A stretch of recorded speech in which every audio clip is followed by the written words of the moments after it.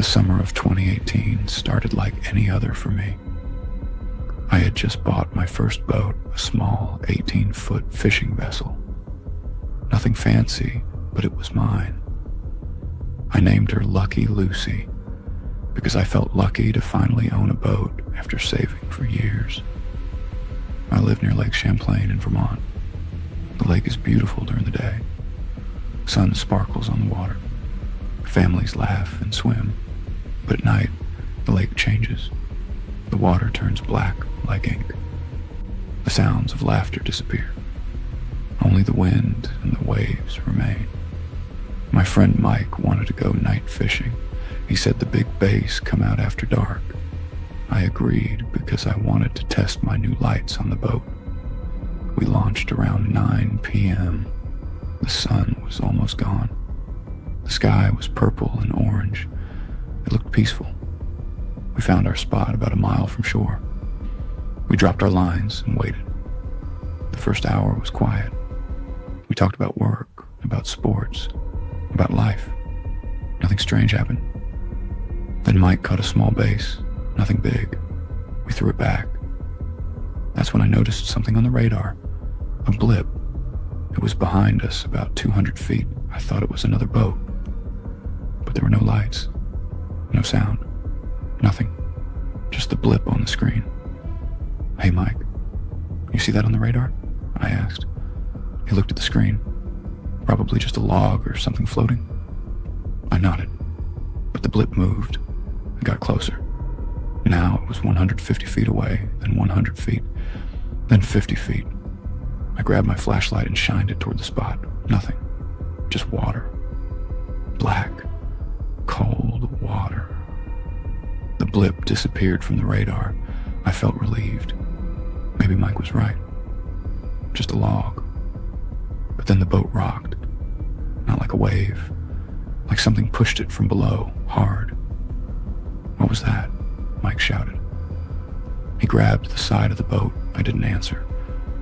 I looked over the edge. The water was so dark I couldn't see anything. But I felt it. Something was under us. Something big. I started the engine. I wanted to leave. The engine sputtered and died. I tried again. Nothing. The battery was dead, but it was full when we left. I checked it myself. "Mike, call for help," I said, my voice shaking. He pulled out his phone. No signal.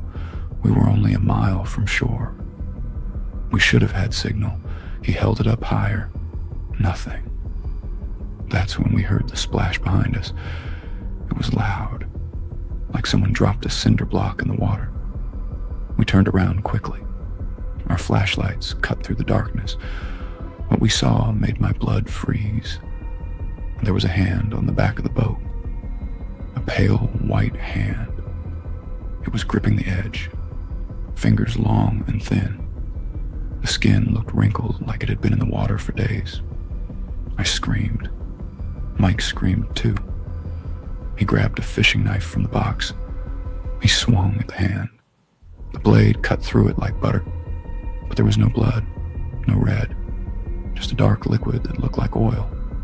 The hand let go and fell back into the water with a splash. We heard more splashes, all around us. Left side, right side, front, back. Hands were everywhere, grabbing at the boat, trying to pull themselves up. I saw faces in the water, eyes wide open, mouths gaping. They looked like people, but wrong, so wrong. "Get us out of here," Mike yelled. I tried the engine again. This time it started. I don't know how. Maybe luck. Maybe something else. I pushed the throttle all the way forward. The boat shot across the water. We were going fast. Faster than I had ever gone. I looked behind us. The hands were gone. But something else was in the water. A shape. Bigger than my boat. It moved under the surface, following us. I could see it in the moonlight. A dark shadow under the water. We reached the dock. We jumped off the boat and ran. We didn't look back. We ran to my truck and drove away. We didn't speak until we got to Mike's house. "Did you see that?" Mike asked, his hands shaking. "All of it," I said. "What the hell was that?" "Here's the thing that keeps me up at night." I went back the next day, in the daylight. I wanted to see if my boat was okay. It was still at the dock. I checked everywhere. The engine was fine. The battery was full. No damage, nothing. But on the back of the boat where I saw the hand, there were scratches. Deep scratches, like fingernails trying to dig in. And at the bottom of the boat, there was a name, carved into the wood. A name I didn't put there. Martha. I asked around the town. I found out that 50 years ago, a woman named Martha drowned in that exact spot. She was out with her husband. Their boat capsized. She never made it ashore. Her body was never found. I sold the boat the next week. I never went night fishing again. But sometimes, when I look out at the lake, I see something. A shape under the water, moving slowly. And I know Martha is still out there, waiting for her next visitors.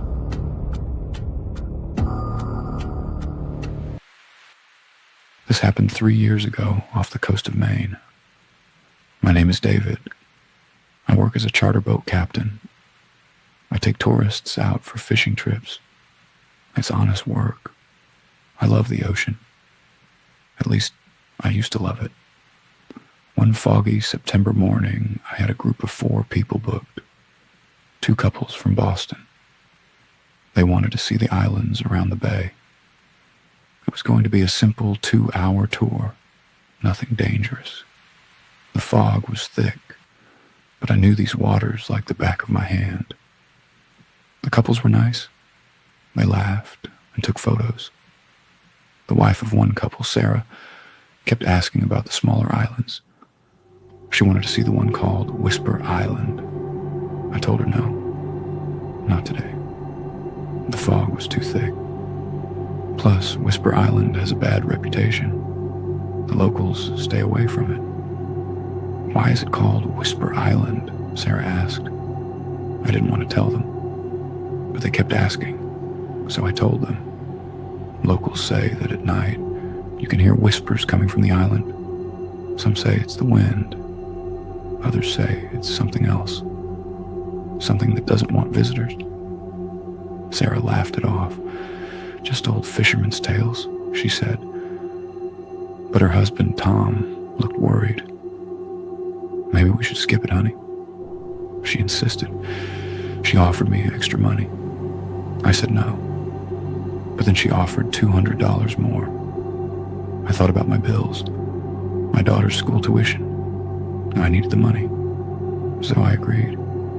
I would take them close to the island. Not on the island, just close enough to see the shore.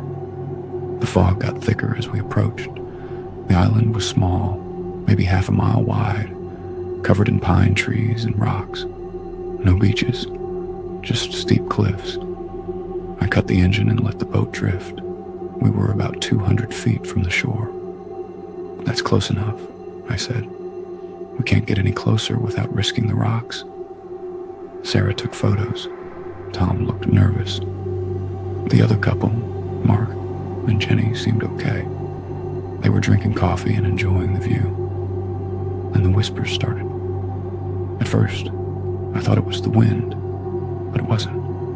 It was voices, soft whispers, coming from the island. I couldn't make out the words, but it was unmistakable. Human voices. "Did you hear that?" Mark asked. His face had gone pale. Everyone nodded. The whispers got louder, more distinct. I started to hear words. "Help us. Come closer. Come to the shore." Sarah stood up. She had a strange look on her face. "They want us to go to the island," she said. Her voice was flat. Her eyes were unfocused. "Sit down," I ordered.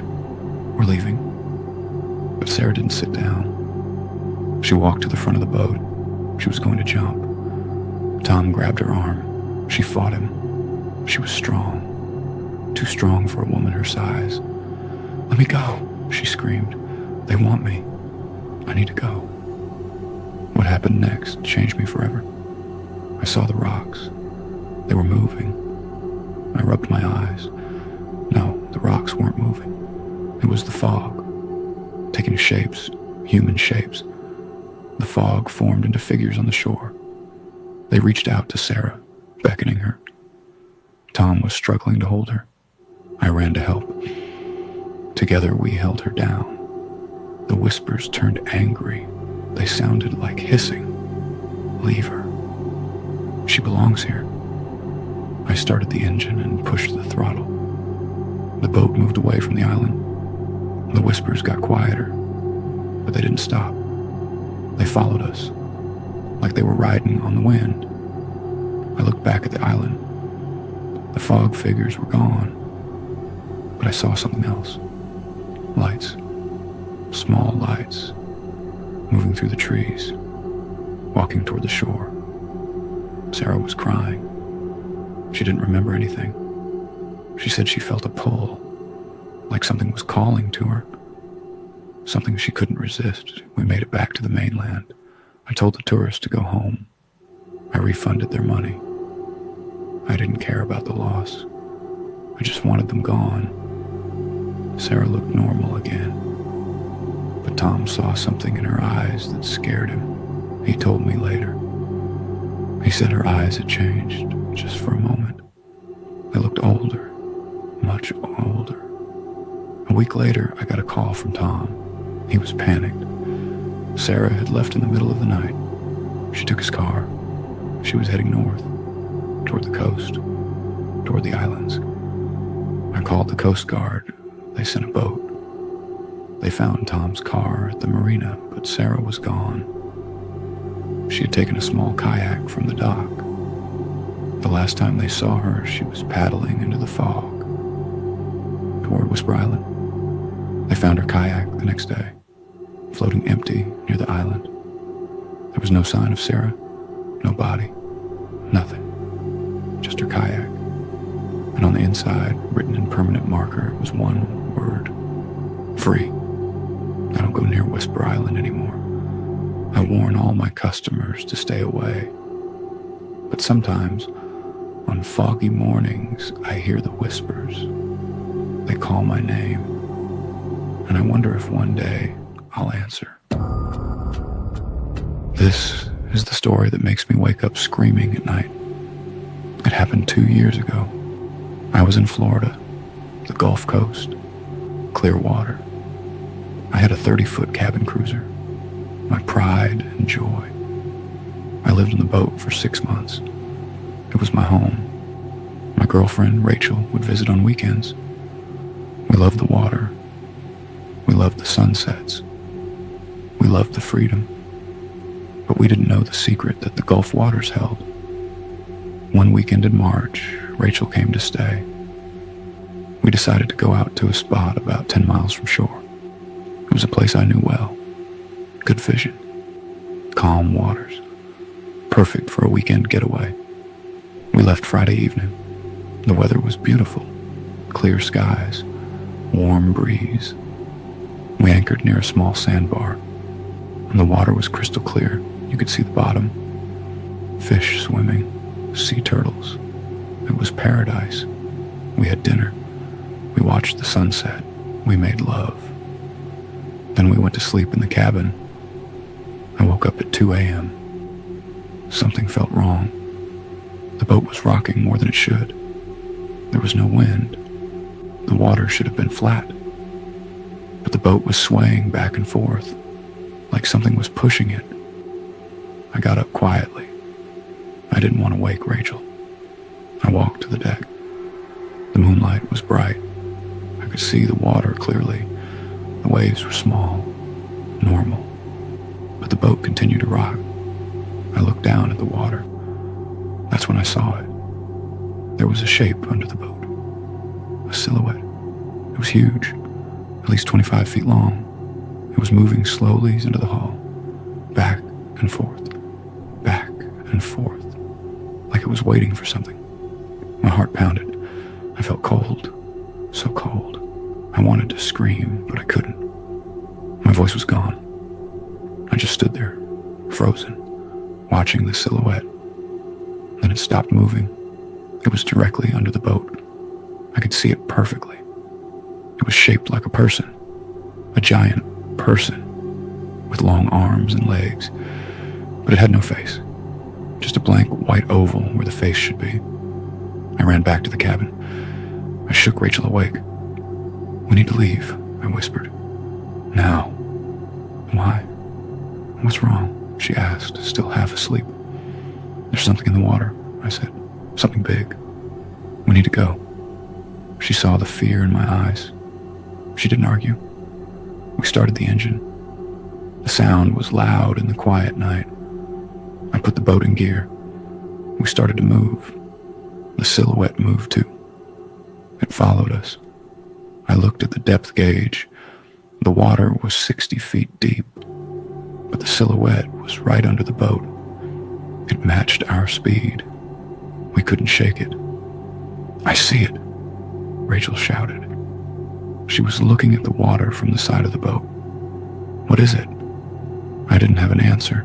I pushed the throttle harder. The boat sped up. The silhouette sped up. It was keeping pace. Then it started to surface. I saw its head break the water, the blank white oval. It was rising. I swear on my mother's grave, what I saw next was impossible. The silhouette rose out of the water.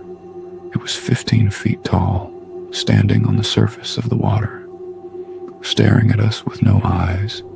Its body was black like oil. It raised one arm, and the arm stretched. It grew longer, reaching for the boat, reaching for us. Rachel screamed.